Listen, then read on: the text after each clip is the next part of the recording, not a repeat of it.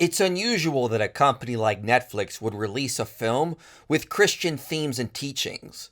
But this is what I discovered when my daughter wanted to watch K-Pop Demon Hunters, an animated children's film that teaches them that hiding your sin and shame is a weapon of the enemy, and the only way to fight back is to accept who you really are, as imperfect as that is.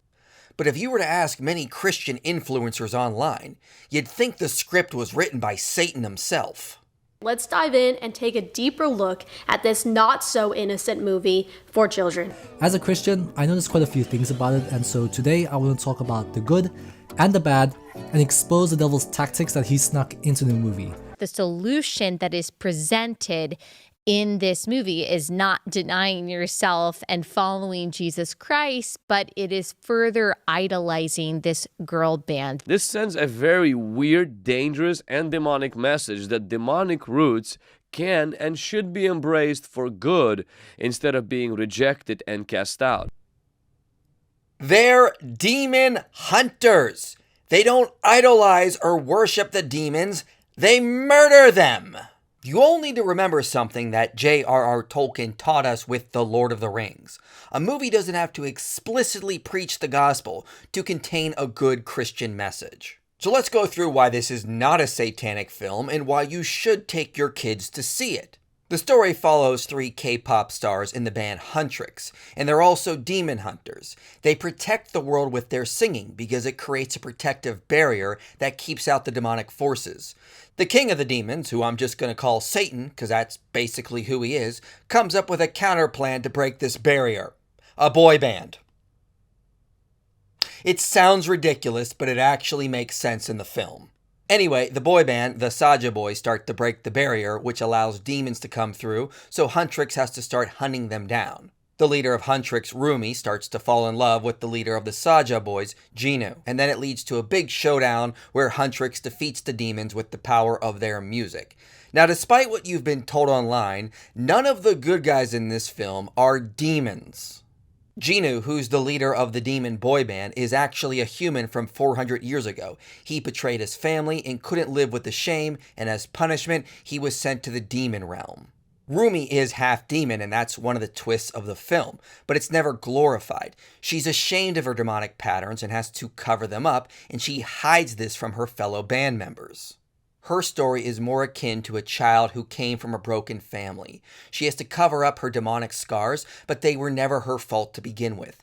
And in the end, she can only defeat the devil by accepting that she is broken and imperfect and come into the light to be made whole. There's a song in the film called Your Idol, which has upset a lot of Christians because they think it's glorifying sin.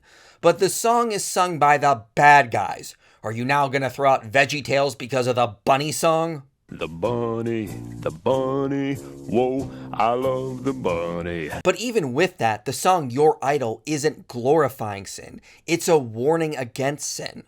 You need to realize that a lot of the writers for this film were actually Christian, and if you look at the lyrics, you see that. The song actually opens with Latin that drew from a medieval hymn that says, "On the day of wrath, you will be reduced to ash, cursed and burned in eternal flames." Does that sound like glorifying sin to you? But here are more of the lyrics, and don't worry, I'm not going to sing. I don't want to cause any wailing and gnashing of teeth.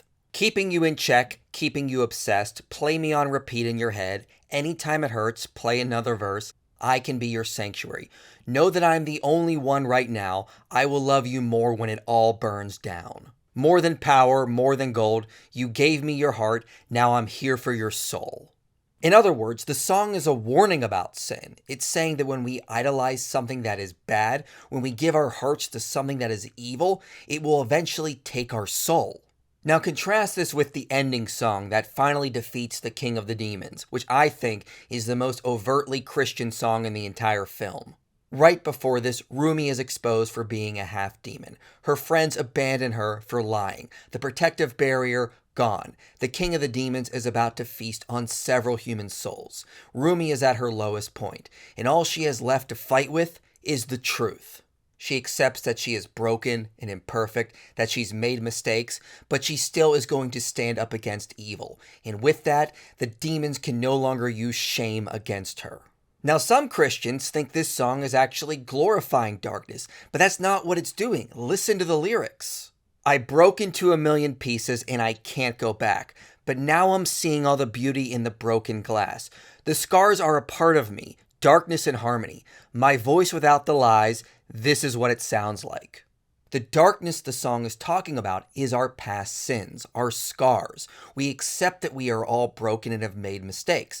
As Romans 3:23 says, all have sinned and fallen short of the glory of God. But the Bible also teaches that what we meant for evil, God meant for good. Even though we broke into a million pieces because of our sin and shame, God is still able to work good out of that. And that is what this song is teaching. Accept that you're broken. Accept that you made mistakes. But you can still overcome that by stepping into the light and exposing your scars to the truth. As they say in the song, so we were cowards, so we were liars, so we're not heroes, we're still survivors. The dreamers, the fighters, no lying, I'm tired, but dive in the fire and I'll be right there by your side. Those lyrics are very important for children to hear because they teach that even though we've made mistakes, even though we're not heroes, we can still stand up and fight against evil and do our part to make the world a better place. I've spoiled enough of this movie in hopes you'll take your kids to see it because I think there's some pretty good messages in there that they need to hear. And the movie is coming back to theaters this weekend. And if we want more movies like this made, then we should go see it because that tells the film industry to make more films like this and not like the woke garbage they've been putting out lately. And the songs in this film are far better than any of the dribble our modern pop culture is putting out. These are the kind of songs we want our kids to listen to, not ones that glorify sex and sin. So, K-pop Demon Hunters, pretty good story, pretty good songs, and it even had Christian writers involved. It's got my approval, go see it. Let's hope they don't ruin it with the sequels.